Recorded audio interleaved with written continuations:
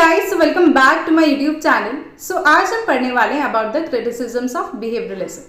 हमने previous parts में behaviouralism का मीनिंग, उसके फीचर्स, ये सब ऑलरेडी कवर कर लिए थे एंड आज हम देखने वाले हैं उसकी क्रिटिसिज्म्स। ठीक है, अब यहाँ पर इन्हीं क्रिटिसिज्म्स की वजह से या इन्हीं लिमिटेशंस की वजह से एक और theory I, that is post behaviourism. ठीक है, एंड वो पोस्ट बिहेवियरलिज्म क्या था उसके बारे में भी हम पढ़ेंगे। ठीक है, बट आज हम फोकस करेंगे बिहेवियरलिज्म की क्रिटिसिज्म्स पे कि क्या क्रिटिसिज्म्स थे बिहेवियरलिज्म के, ऐसे क्या लिमिटेशंस थी बिहेवियरलिज्म की। ठीक है, so without wasting any more time let's get into that. So when we talk about the criticisms of behaviouralism, सबसे फर्स्ट पॉइंट आता है too scientific and narrow. So if you remember, behaviouralism में क्या बोला गया था, तो बिहेवियरलिज्म में ये बोला गया था कि पॉलिटिकल साइंस की अप्रोच को कहीं ना कहीं चेंज करने की बात हुई थी बिहेवियरलिज्म में। वहां पर ये बोला गया था कि आप पॉलिटिकल साइंस को जो है थ्योरेटिकली पढ़ रहे हो, बट पॉलिटिकल साइंस को थ्योरेटिकली पढ़ने से अच्छा आप उसे कैसे पढ़ो, उसे आप प्रैक्टिकली पढ़ो, उसे आप साइंटिफिकली पढ़ो। तो ये बात बोली गई थी बिहेवियरलिज्म में। तो बेसिकली बिहेवियरलिज्म ने क्या करा था, तो बिहेवियरलिज्म ने ट्राई किया था पॉलिटिकल साइंस को नेचुरल साइंस की तरह पढ़ने का। उसने केवल नंबर्स, सर्वेस, पैटर्न्स, इन सब पे फोकस किया एंड ह्यूमन वैल्यूज और मॉरल क्वेश्चंस को कहीं ना कहीं कंप्लीटली इग्नोर कर दिया। हमने देखा भी था फीचर्स के अंदर, इफ यू रिमेंबर, तो हमने वैल्यू फ्री साइंस की बात करी थी। उसके अलावा हमने वहाँ पे मेथोडोलॉजी की बात करी थी, जहाँ पे हमने बोला था कि वो डेटा कलेक्ट कर सकते हैं through interview, surveys and all of that. ठीक है, तो यहाँ पे सेम चीज बोली जा रही है कि उसने ज्यादा किस पे फोकस कर दिया, नंबर, सर्वेज, पैटर्न्स, इन सब पे ज्यादा फोकस कर दिया एंड ह्यूमन वैल्यूज और मॉरल क्वेश्चंस को कंप्लीटली इग्नोर कर दिया। तो यहाँ पर बिहेवियरलिज्म में एक वोटर की क्या हैबिट्स होती है उसको तो स्टडी किया, but justice, freedom, social problems, इनको कहीं ना कहीं नेग्लेक्ट कर दिया। फॉर एग्जाम्पल, इसको इस तरीके से समझो कि क्लास में टीचर है, वो ये तो देख रही है कि कौन कौन बच्चे हाथ उठा रहे हैं, जब कोई क्वेश्चन पूछा जा रहा है तो कौन कौन जो है हाथ उठा रहे हैं, बट कुछ बच्चों ने हाथ नहीं उठाया। तो अब यहाँ पर वो जो टीचर है उन्होंने ये तो नोट किया कि किसने हाथ उठाया, किसने नहीं उठाया, बट उसके पीछे का जो रीजन था कि क्यों किसी ने हाथ उठाया, वो क्यों इतने कॉन्फिडेंट थे कि उन्होंने एकदम से फटाफट से हाथ उठा लिया, या वो दूसरे बच्चे जिन्होंने हाथ नहीं उठाया तो क्या वो शाय थे या क्या उनको आंसर नहीं आता था, तो उनका क्या रीजन था। तो वो चीज़ों को जो है टीचर ने कंप्लीटली इग्नोर कर दिया। बस ये देखा कि कितने बच्चों ने हाथ उठाया और कितनों ने नहीं उठाया, उसके पीछे के रीजन को कंप्लीटली इग्नोर कर दिया। तो सेम वैसे ही बिहेवियरलिज्म ने यहाँ पर नंबर, सर्वेस, पैटर्न, इन सब पे तो जो है फोकस करा, बट ह्यूमन वैल्यूज और मॉरल क्वेश्चंस को कंप्लीटली इग्नोर कर दिया। तो वो चीज़ यहाँ पर बोली गई है। सेकेंड क्रिटिसिज्म आता है, that is lack of relevance, कि जो बिहेवियरलिज्म था उसने क्या करा, उसने छोटे छोटे टॉपिक्स को ज्यादा इंपॉर्टेंस दे दी एंड बड़े बड़े टॉपिक्स को जो है कहीं ना कहीं इग्नोर कर दिया। कुल मिला के छोटी प्रॉब्लम सॉल्व करने में रह गया एंड बड़ी प्रॉब्लम्स को कहीं ना कहीं इग्नोर कर दिया। फॉर एग्जाम्पल कि जो बिहेवियरिस्ट थे उन्होंने ये तो फोकस करा कि कितने लोग न्यूज़ पढ़ते हैं, कितने लोग न्यूज़ नहीं पढ़ते हैं, वो सब चीज़ों पे तो कहीं ना कहीं फोकस करा, बट जो एक्चुअल इश्यूज थे, जो एक्चुअल प्रॉब्लम्स थी, जैसे कि पॉवर्टी, करप्शन, वॉर, इनइक्वालिटी, इन सबको कहीं ना कहीं इग्नोर कर दिया। तो ये चीज़ यहाँ पर बोली गई है। एंड इसीलिए जब हम पोस्ट बिहेवियरलिज्म में देखेंगे तो वहां पे ये दो वर्ड्स की बात होगी, एक तो रेलिवेंस और एक एक्शन की। ठीक है, कि जो पॉलिटिकल रिसर्च होनी चाहिए वो रेलिवेंट होनी चाहिए टू द सोसाइटी। तो ये चीज हम यहाँ पर बात कर रहे हैं। थर्ड क्रिटिसिज्म आता है, that is neglect of values. हमने फीचर्स में देखा था कि जो बिहेवियरलिज्म है उसने बोला था वैल्यू फ्री साइंस होनी चाहिए। ठीक है, तो यहाँ पर इसने कहीं ना कहीं जो वैल्यूज है उसको कंप्लीटली नेग्लेक्ट कर दिया। तो वो चीज यहाँ पर बोली गई है। थर्ड क्रिटिसिज्म आता है, that is neglect of values.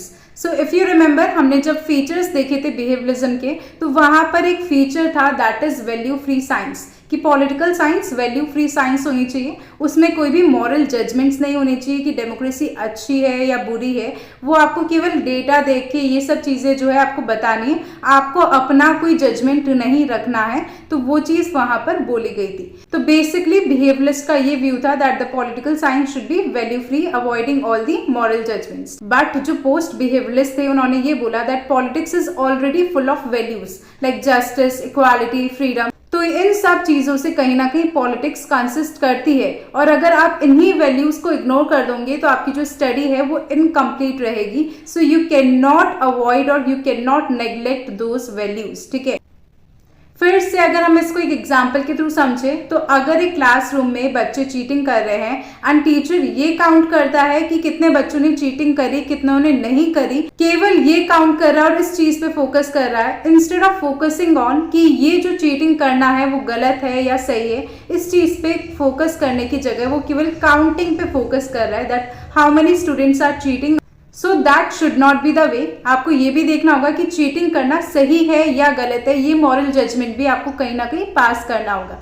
तो बेसिकली पोस्ट बिहेवियरिस्ट का व्यू यही था that value should also be included in the study of political science, you can not neglect those values. ठीक है, फोर्थ क्रिटिसिज्म आता है that is absence of moral purpose. जो behaviourism था उसने डिस्क्राइब किया what is not what should be. मतलब suppose करो उन्होंने बोला कि हमारे सिस्टम में ये फॉल्ट है, बट अब वो फॉल्ट को करेक्ट कैसे किया जाना चाहिए या वो फॉल्ट वापस इम्प्रूव कैसे हो सकता है, तो उस चीज पे उन्होंने फोकस करा ही नहीं। उन्होंने बस केवल ये बता दिया that this is the fault. तो बेसिकली उन्होंने व्हाट इस पे तो फोकस किया बट उन्होंने व्हाट शुड बी उस पे फोकस नहीं किया।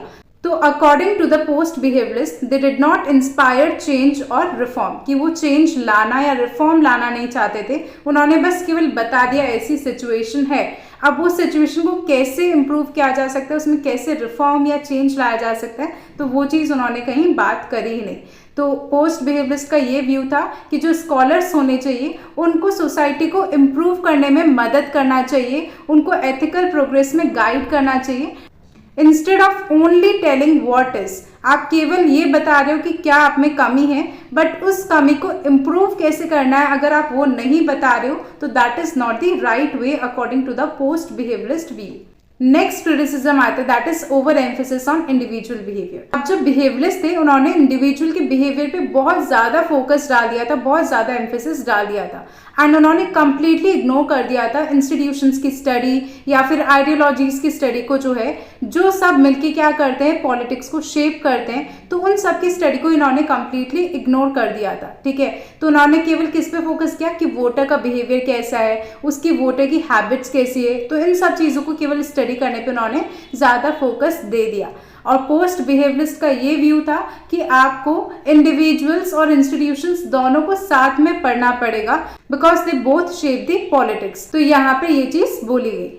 Now the last criticism is detachment from reality, कि जो बिहेवियरिज्म था वो कहीं ना कहीं रियलिटी से बहुत ज्यादा डिटैच था, कि जो बिहेवियरिस्ट थे वो ज्यादा जो है मेथोडोलॉजी पे, टेक्निक्स पे, इन सब चीजों पे फोकस किया करते थे to study political science rather than real political problems. And इस वजह से उनकी जो रिसर्च रहती थी वो बहुत बार यूजलेस रहती थी for the people also and for the policy makers also, because वो कहीं ना कहीं रियल पॉलिटिकल प्रॉब्लम्स के साथ डील कर ही नहीं रहे। उन्होंने उस चीज़ को कम्प्लीटली इग्नोर कर दिया एंड ज़्यादा फोकस किस पे डाल दिया है, मेथड्स पे, टेक्निक्स पे, इन सब पे डाल दिया। ठीक है, तो पोस्ट बिहेवियरिस्ट का ये व्यू था कि पॉलिटिकल साइंस जो है वो रियल लाइफ से कनेक्टेड रहनी चाहिए, वो रियल पॉलिटिकल प्रॉब्लम्स को सॉल्व करनी चाहिए। ठीक है, आप जो एक्चुअल में पॉलिटिकल प्रॉब्लम्स फेस कर रहे हो उस चीज़ के लिए वो एज अ सोल्यूशन बननी चाहिए। आप केवल ये मत देखो कि किस मेथड से या किस टेक्निक से आप पॉलिटिकल साइंस को पढ़ रहे हो, बट आपको ये भी देखना होगा कि जो भी स्टडी हो रही है उसके थ्रू कहीं ना कहीं रियल पॉलिटिकल प्रॉब्लम सॉल्व हो भी रही है या नहीं हो रही है,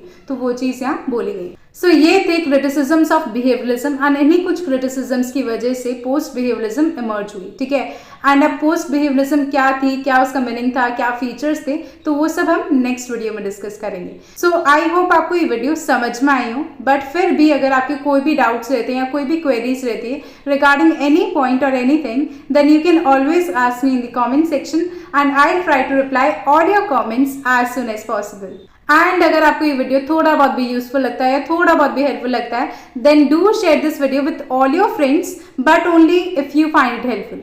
अगर आपको हेल्पफुल लगता है या अगर आपको यूजफुल लगता है तो ही आपको ये वीडियो जो है अपने फ्रेंड्स के साथ शेयर करनी है, अदरवाइज इट्स कम्प्लीटली फाइन।